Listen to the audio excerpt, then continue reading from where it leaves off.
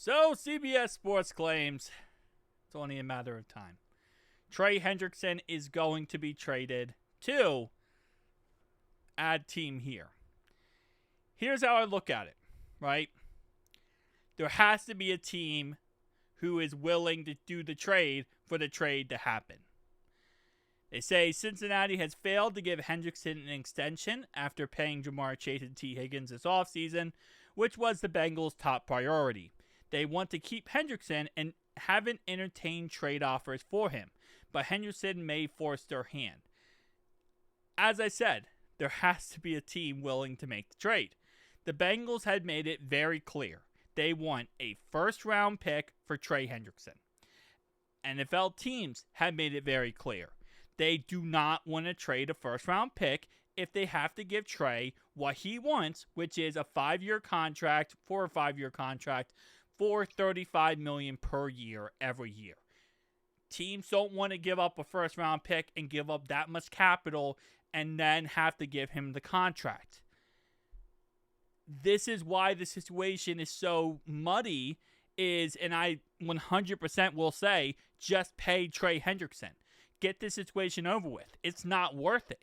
You're having a guy who's coming off of back-to-back 17.5 sack seasons. There's no reason not to pay him and get this whole thing over with. But the fact is, they're not. They're not going to pay him. Then there's other reports that other teams are not willing to pay Trey $35 a year. That if they did want to go ahead and get Trey, at best they would be willing to pay him around $30 to $32 million. So it's a lot of muddied waters. And at the end of the day, Trey's kind of the odd man out here. He's 31 years old. He cannot afford to miss a year of football. That's the big thing here, right? The ball is in the Bengals' court. Because if Trey says, hey, I'm sitting out, I'm not playing, he's going to get fined. He's going to miss a year of football. He'll be 32 next year, and he won't have a new contract, and he'll have to replay his final year. If you skip a year, you just have to do the last year again. So, it's a weird situation. It's a really weird situation where, from the Bengals' point of view, I know they're stubborn, I know they're petty, pay the guy. Get it over with, push this down the road. You have to just pay him because you're not going to be able to trade him. Nobody's going to trade for a guy that you have to spend $35 a year. And again, I'm not saying that from my personal opinion. I'm saying that is what teams have said, plus giving up a first-round pick. They don't want to give up that much capital and then have to pay someone. How much is Hendrickson worth? Makes it difficult. Hendrickson is 30 years old and won't be getting $40 million a year like Myles Garrett or $35 a year like Max Crosby. Now, again, based on what we understand, he wants that 32 to 35. We were going to work out a contract with this guy. Then Max Crosby got signed. Price went up. But the Bengals said, no, it didn't. We don't want it to go up. We're going to keep it where it's at. And they had been stonewalled the whole offseason. They had been very much set in their place of, we're not going to pay you more than what we want. That's where the problem lies. But he should be in the ballpark unless he gets near Crosby money. The Bengals will have issues signing him. And we're not going to give him that. And the sad part is, I think right now, roughly speaking, $31.5 million per year is probably where we would settle at and move on from. But the Bengals don't want to pay him that. And if they don't want to pay him that, I don't know the situation where,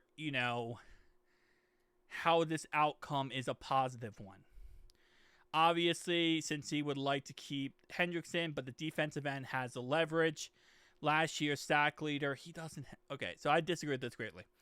Trey has no leverage right now, and he's not going to have any leverage. Trey is at the mercy of what the Bengals do, which really sucks from a player perspective, but it is what it is. If the Bengals decide, we're not going to pay you, and if you sit out, we're okay with that. because you're 31 years old, and you sit out, you're going to miss a year of football. That's really all they have to do. Trey cannot force the Bengals to trade him. Because at the end of the day, again, if the Bengals keep saying, I want a first-round pick, no team is willing to trade him. This is the situation we're at.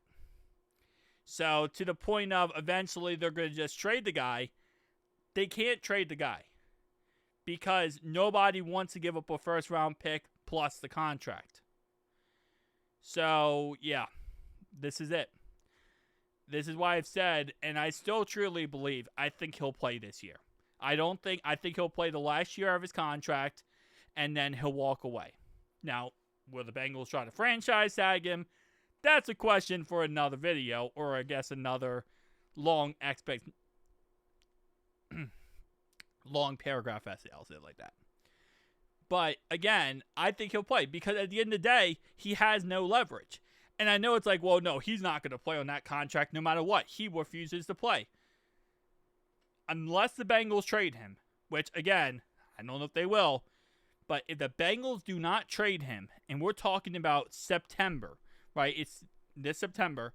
The Bengals have not traded him. He does not have a new contract. In my brain, I cannot see him saying, I'm going to sit out a year of football. I'm going to get fined to all bloody heck, and I'm going to sit out the whole entire year. Because it just, I don't know, it just doesn't make sense to me logically. We're not going to trade him through the year. We have made trades between the year before, so it's not like we don't make trades during the year. But we're probably not going to make a trade during the year. I just don't see a situation where he doesn't play because, again, it's a year out of football then. And I don't know. And it's like it doesn't change anything because next year he'll just have to replay this year. It really depends on what the Bengals want to do. If the Bengals want to be respectful and be a good club, and they would trade him, obviously.